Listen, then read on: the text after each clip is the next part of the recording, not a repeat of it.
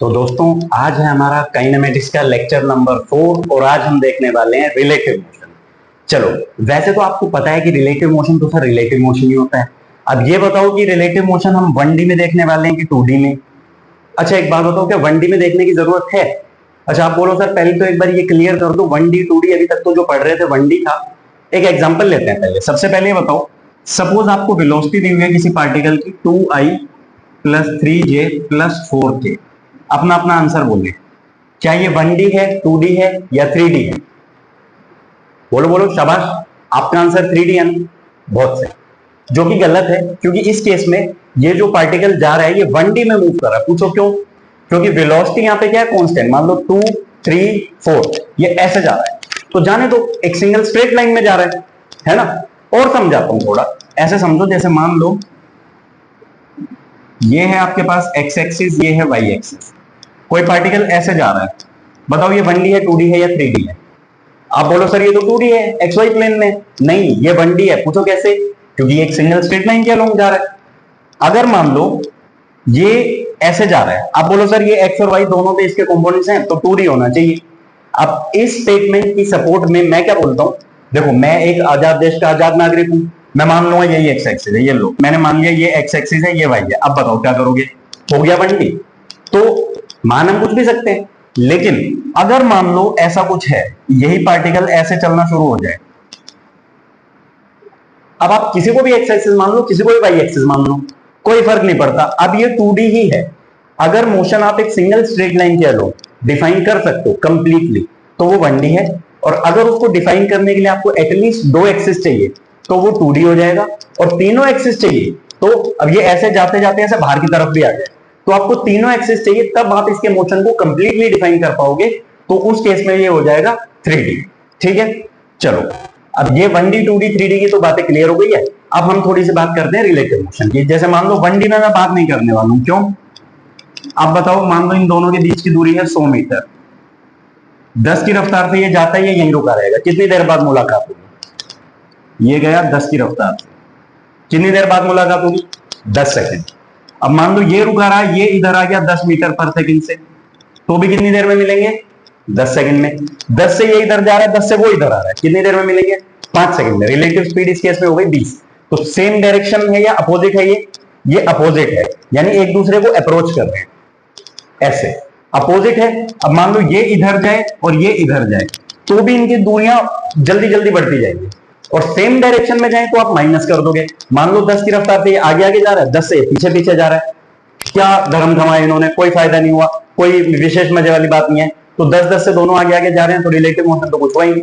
यानी same direction में जाओ तो माइनस, अपोजिट में जाओ तो प्लस। लेकिन आप इसको ऐसे ना समझ के हम जनरलाइज करते हैं। जनरलाइज बात बताता हूं मैं आपको रिलेटिव मोशन की, चाहे वो 1D हो, 2D हो या 3D हो। ऐसा समझो, जैसे मान लो ये एक पार्टिकल है A और ये है पार्टिकल B। आपको निकालनी है relative velocity of A with respect to B। ठीक है, सपोज ये है VA और ये है VB, ये हो गई BA।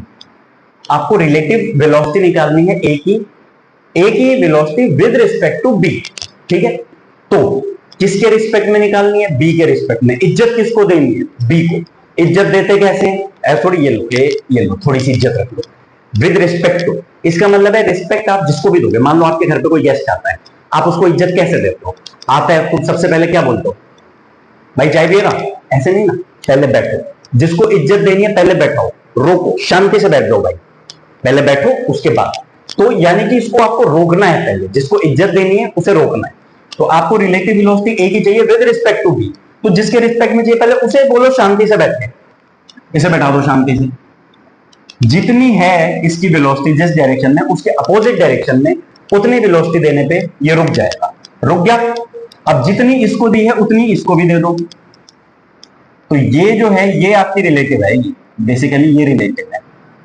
रिलेटिव वेक्टर एडिशन सिखाया था आपको, निकाल लोगे ना। ये मत बोलना सर ये पैरेललोग्राम नहीं लग रहा, ड्राइंग उतनी अच्छी नहीं है, पर आप समझ लो। मान लो इनका रिजल्टेंट ये आ गया तो ये हो गया रिलेटिव। ये जो है ये है वेलोसिटी, कौन सी? Velocity of A with respect to B। ये है velocity of A with respect to B।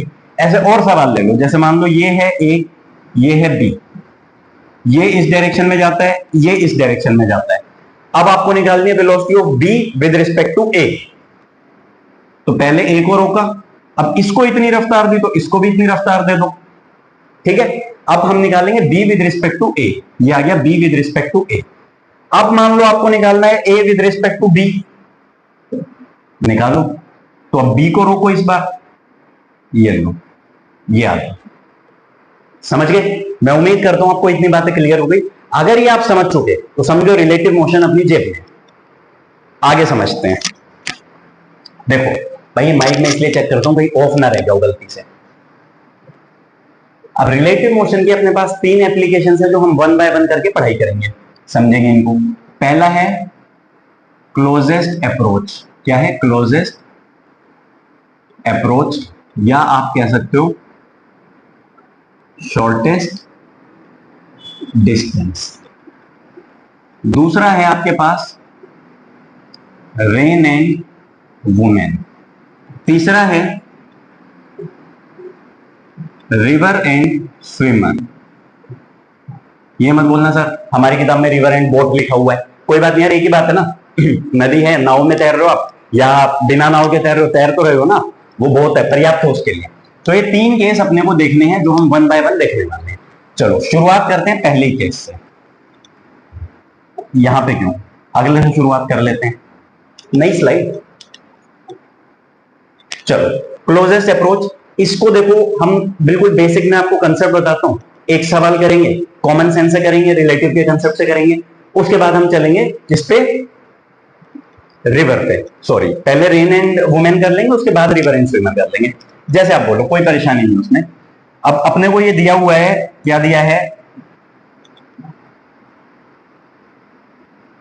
ये दिया हुआ है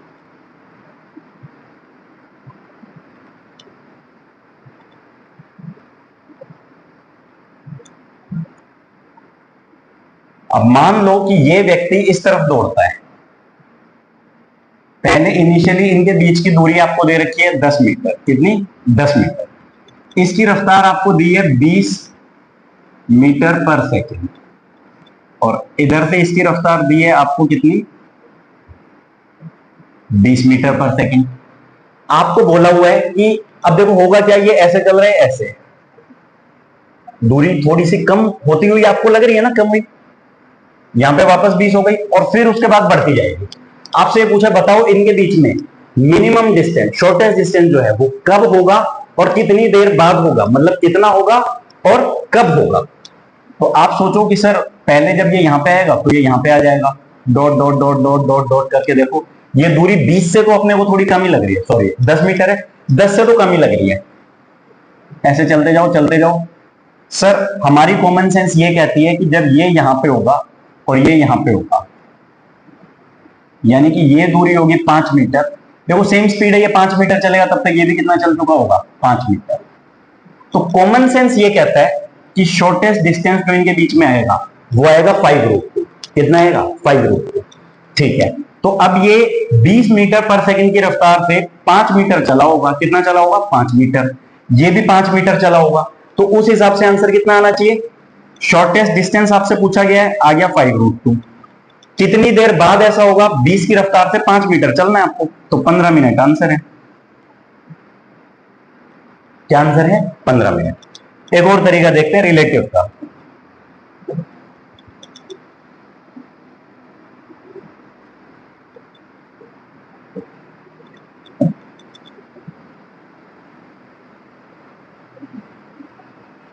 ये मान लिया, ये कितना है? 10 मीटर।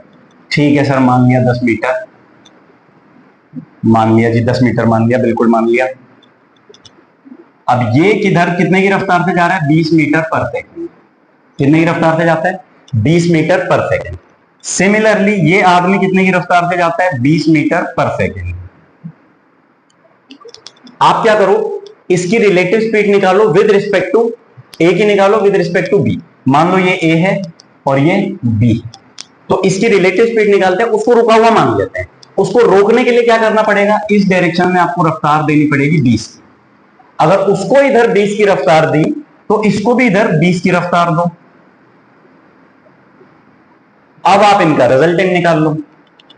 इधर आएगी 20√2 dot dot dot dot dot dot ऐसे जाता रहेगा, वो वहीं खड़ा देख रहा है। ये रिलेटिव का कंसेप्ट है। देखो उसको रोका तो 20 इधर दिया, वही 20 इसको इधर दिया, तो 20 और 20 का रिजल्टेंट ये आ गया, जाने दो सीधा। अब आप सोच के देखो, दो वेक्टर्स का रिजल्टेंट उनके एंगल को बाइसेक्ट करता है अगर दोनों का मैग्नीट्यूड बराबर। ये बात हमें बचपन से पता है। तो ये एंगल आएगा कितना 45 डिग्री, ये 90 है तो ये भी कितना आएगा 45 डिग्री। बचपन से इतने गणित आपने पढ़ी है, ये 10 मीटर है तो कैलकुलेट कर लो, ये 5√2 आएगा और ये भी 5√2 आएगा। साइन थीटा कोस थीटा से करना वैसे कर लो, ये दोनों साइड बराबर होंगी, पाइथागोरस लगाना है वो लगा दो, थोड़ी बहुत भी अकल लगाओगे आपको पता चल जाएगा। ये भी 5√2, ये भी 5√2, ये एंगल 45 है, ये 45 है और ये वाली साइड इसकी √2 टाइम्स है ना। इतनी बुद्धि का विकास आपका हो चुका है। तो आज भी इस तरीके से भी शॉर्टेस्ट डिस्टेंस कितना है 5√2, और अब देखो कि टाइम कितना लगा। 20√2 की स्पीड से 5√2 चलना है आपको, है ना। सॉरी ये जो है भाई ये कंफ्यूजन हो गई है। बेसिकली मैं किलोमीटर पर आवर के हिसाब से कैलकुलेट कर दिया मैंने, तो ये आप इसको किलोमीटर समझें।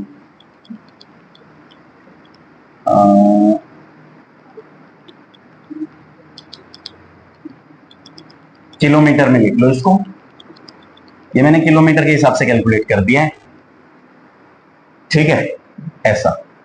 तो ये क्या है 5 किलोमीटर 20 किलोमीटर पर आवर, ये 15 मिनट, ये भी क्या है ये 5, इसको भी हटा के कर लो चेंज, ये भी किलोमीटर है, ये भी किलोमीटर है, ये भी किलोमीटर है, ठीक है। तो आपका आंसर आया 5√2 किलोमीटर शॉर्टेस्ट डिस्टेंस, और टाइम 20√2 की स्पीड से 5√2 चलना है, तो 1/4 हो गया, यानी कि टाइम आ गया 1/4 आवर, यानी कि अगेन आंसर इसका मतलब क्या हुआ 15 मिनट, है ना।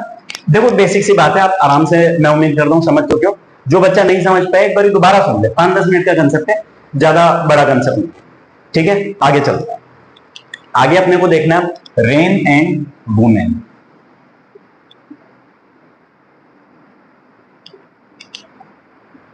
एक ही कहानी सिंपल सी, मान लो बारिश हो रही है ऐसे, एक औरत दौड़ रही है ऐसे, कैसे ऐसे, आपको वेलोसिटी निकालनी है rain with respect to women, तो वुमेन को रोकना पड़ेगा, रोकने के लिए इसको इतनी रफ्तार इधर देनी पड़ेगी, तो ये रेन की रफ्तार, औरत उधर दौड़ रही थी, बस सिंपल सी बात है, औरत को उल्टा करो खेल खत्म, इधर दौड़ रही थी इधर कर दो, तो ये है वेलोसिटी ऑफ रेन। मान लो रेन की स्पीड थी 3 मीटर पर सेकंड, औरत ऐसे दौड़ रही थी 4 मीटर पर सेकंड की रफ्तार से, तो ये हो गया 4। अब उसको ऐसा लगेगा कि बारिश जो है वो 5 की रफ्तार से हो रही है, खत्म। ये आ गई relative speed of rain with respect to women. उसको अम्ब्रेला किस डिग्री पे होल्ड करना है बता देंगे हम, डॉट डॉट डॉट डॉट ऐसे, इस एंगल पे होल्ड कर लेना है अम्ब्रेला। अगर ये एंगल आपसे पूछा जाए, मान लो वर्टिकल से अगर आप थीटा एंगल लेते हो तो ये थीटा हो गया, तो tan थीटा कितना आ गया, कितना 4/3, बस इतने से कहानी। और समझते हैं इसको, देखो वेक्टर का खेल है सारा। मान लो बारिश ऐसे हो रही है, औरत ऐसे दौड़ रही है, अब बताओ उसको क्या लगेगा कि बारिश किस डिग्री पे हो रही है, किस एंगल पे हो रही है। औरत को उल्टा कर दो, ये जो भी औरत की स्पीड थी ये आ गया रिजल्टेंट, इस डिग्री पे छतरी होल्ड करनी पड़ेगी ताकि वो भीगे नहीं, ये थीटा ये थीटा, खत्म कहानी, बस इतनी सी बात है, ठीक है। चलो हम ऐसा करते हैं, इस पे एक सवाल और करते हैं, थोड़ा अच्छा लेवल का सवाल करते हैं, इससे बेटर। बट बिफोर दैट एक बात समझते हैं। आप बोलो सर, जैसे मान लो बारिश ऐसे गिर रही है नीचे की तरफ वर्टिकली डाउनवर्ड्स, तो औरत चले या रुके उससे तो कोई फर्क पड़ेगा नहीं, बारिश तो ऐसी हो रही है, तो बारिश तो ऐसे ऐसे गिरनी चाहिए उसके ऊपर, वो दौड़ रही है तो उससे क्या, बारिश का क्या लेना है, बारिश को तो ऐसे गिरना चाहिए, है ना। कंसेप्ट है, देखो समझो इसको। मान लो आप यहाँ पे बारिश की बूंद ऐसे ऐसे ऐसे गिर रही है, तो एक बूंद यहाँ पे है वो ऐसे गिरेगी, यहाँ पे है वो ऐसे गिरेगी। आप यहाँ रहते तो जो आपके ऊपर बूंद गिरने वाली थी वो गिर जाती, लेकिन जो बूंद यहाँ पे है आप ऐसे गए टकरा गए, बूंदे गिरते जा रहे हो आप उससे टकराते जा रहे हो, इसलिए यहाँ पे रिलेटिव का कंसेप्ट लगेगा, क्योंकि एक बूंद ऐसे गिरी आप आगे गए, आपकी गलती, ये जो बूंद यहाँ पे यहाँ पे यहाँ पे ये सारी बूंदे आप टकराते हुए जाओगे, ऐसे ऐसे गिर रही हैं ठगाक से आप टकरा गए उससे, इसलिए ये रिलेटिव का कंसेप्ट इस प्रकार से आया, ठीक है। चलो अब और आगे बात करते हैं इस पे। आगे की कहानी क्या है, आगे की कहानी ये है कि मान लो एक महिला जब 3 मीटर पर सेकंड की रफ्तार से चलती है, तो उसे ऐसा लगता है कि बारिश जो है वर्टिकली डाउनवर्ड्स है। अब वो अपनी रफ्तार बढ़ा लेती है और 6 मीटर पर सेकंड से चलती है, ठीक है। इस बार उसको ऐसा लग रहा है कि बारिश उससे 45 डिग्री के एंगल पे मुलाकात करती है, ठीक है। अब आपको वैल्यू बतानी है, find the speed of rain. स्वयं बताएं, पहले स्वयं ट्राई करें। फाइंड द स्पीड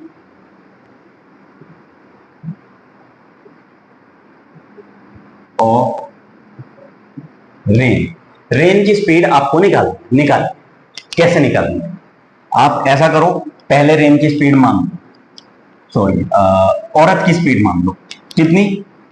केस 1 में देखो औरत की स्पीड, हम औरत ऐसे दौड़ रही है, ऐसा तो ऐसे देखो सीधा सीधा सड़क पे ही दौड़ गया, इसको है नहीं अंडरग्राउंड भागे या हवा में उड़ने लग गई, ऐसा कोई कंसेप्ट है नहीं। तो केस 1 में आप क्या मानो, औरत की स्पीड मान लो 3i कैप, और रेन की स्पीड हम मान लेते हैं ai cap plus bj cap. तो रेन की स्पीड को हमें दोनों ही केसेस में इतनी ही माननी पड़ेगी, लेकिन केस 1 में औरत की रफ्तार कितनी मानी हमने? कितनी मानी बोलो? 3i कैप, ये हो गई। तो रिलेटिव स्पीड कितनी आएगी? औरत को उल्टा कर दो, यानी कि a minus 3i cap plus bj cap. क्या फर्स्ट केस में यही रिलेटिव स्पीड आएगी? अब आपको ऐसा बोला गया कि इस औरत को ऐसा लग रहा है कि rain is falling vertically downwards, तो वर्टिकली डाउनवर्ड्स है तो हॉरिजॉन्टल कंपोनेंट इसका 0 हो जाएगा। यहां से आप कह सकते हो कि जी a की वैल्यू आ गई 3। अब केस 2 पे आओ। इस बार क्या है, औरत ने दौड़ना शुरू किया कितने की रफ्तार से? 6। कितने की रफ्तार से? 6। तो रिलेटिव बताओ क्या आएगी? रिलेटिव आएगी a minus 6 I cap plus b J cap. a की वैल्यू वहां से 3 डाल दो, minus 3i cap plus b जे कैप। एंगल है 45 डिग्री का, मतलब i और j के कोफिशिएंट बराबर होंगे। आपको पता होगा टेन थीटा b बाई ए होता है, टेन थीटा होता है j कैप का जो कोफिशिएंट है वो, यानी y component by x component. तो यहां से मैं क्या लिख सकता हूं, 45 डिग्री का मतलब x और y दोनों बराबर होंगे।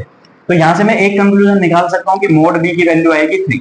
तो रेन की स्पीड कितनी आएगी? Velocity of rain under root a square plus b square. तो ये वैल्यू आएगी आपके पास अंडर रूट 3 का स्क्वायर प्लस 3 का स्क्वायर, यानी कि वेलोसिटी ऑफ रेन आ गई 3√2 मीटर पर सेकेंड। बताओ क्या मैं आपको इतनी बात समझा पाया? जी हाँ सर, बहुत बढ़िया, आपको अच्छा ही पढ़ा, तो नहीं समझ आया तो हमारी गलती है ना।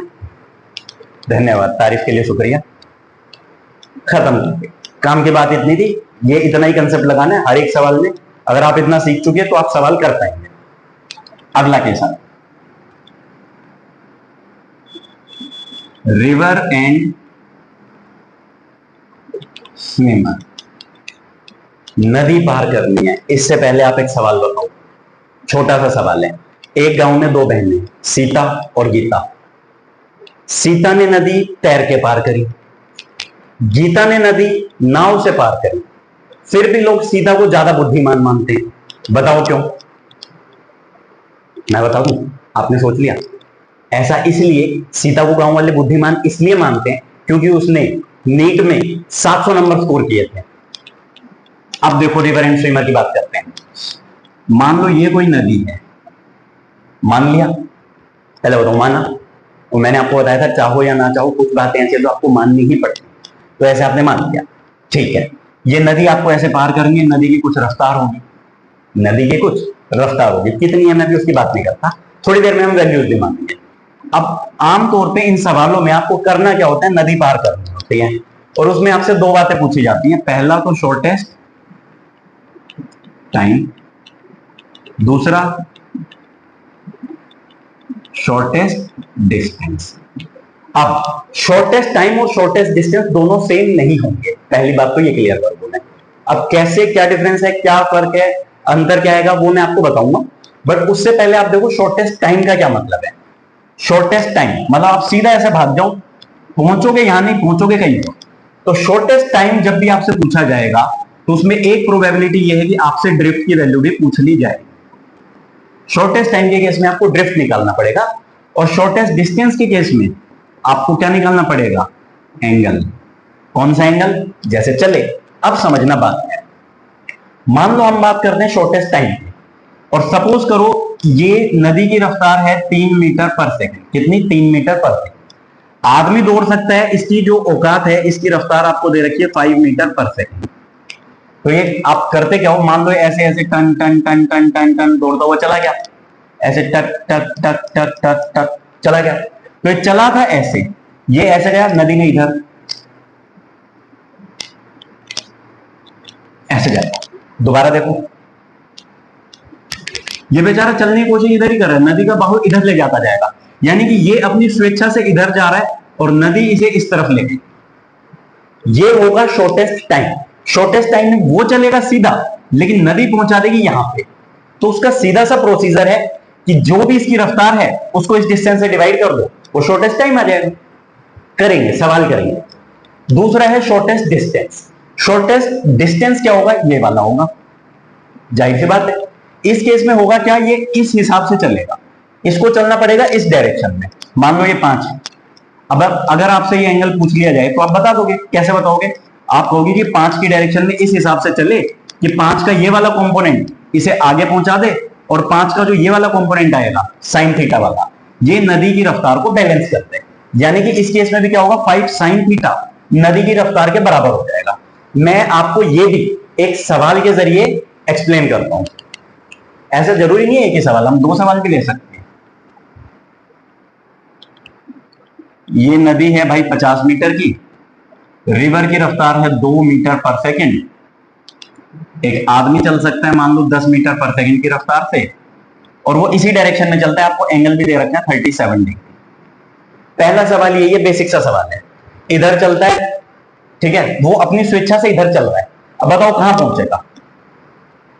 तो आप सोच लो कैसे। इस डायरेक्शन में इसकी रफ्तार कितनी आएगी? cos 37 क्या होता है? 4/5। तो इधर आ गई इसकी रफ्तार 8, इधर आ गई 6, ठीक है। तो 6 की रफ्तार से ये वाली दूरी कम होती जाएगी 6 मीटर पर सेकंड के हिसाब से। तो टाइम कितना लगेगा? 50/6 सेकेंड्स। इतनी देर में ये नदी के उस पार है। लेकिन ये ऐसे नहीं पहुंचेगा, ये पहुंचेगा कहीं और, क्योंकि 8 की रफ्तार ये, 2 की रफ्तार ये। तो इस डायरेक्शन में कितनी रफ्तार हो गई? 10। तो 10 की रफ्तार से 50/6 सेकंड में इतना पहुंच जाएगा। ये क्या है? इसकी ड्रिफ्ट। ये क्या है? इसकी ड्रिफ्ट। अगर आपको अभी भी नहीं समझ आया तो मैं गारंटी दे रहा हूं, एक सवाल और बताऊंगा, उस पर आपका रिवर एंड स्विमर का कंसेप्ट बिल्कुल क्लियर हो जाएगा।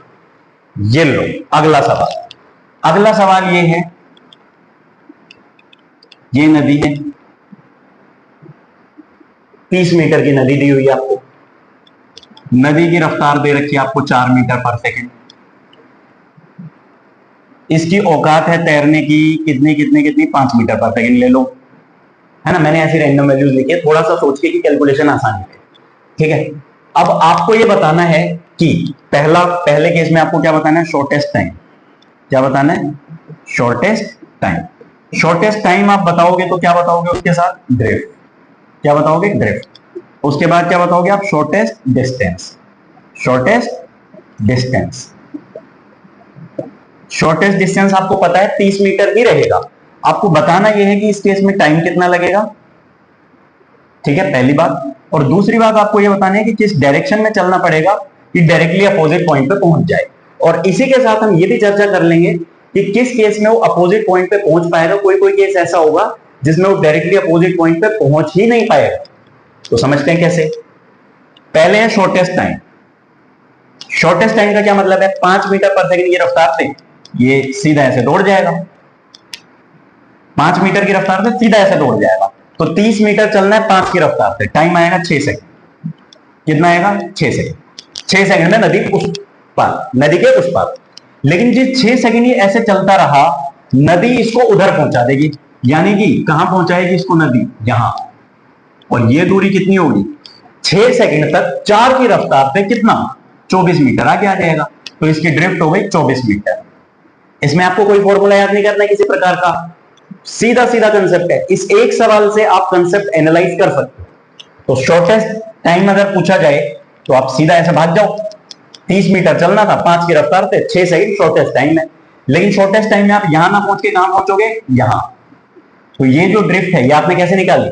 6 सेकंड 4 की रफ्तार से नदी आपको ले आई 24 मीटर।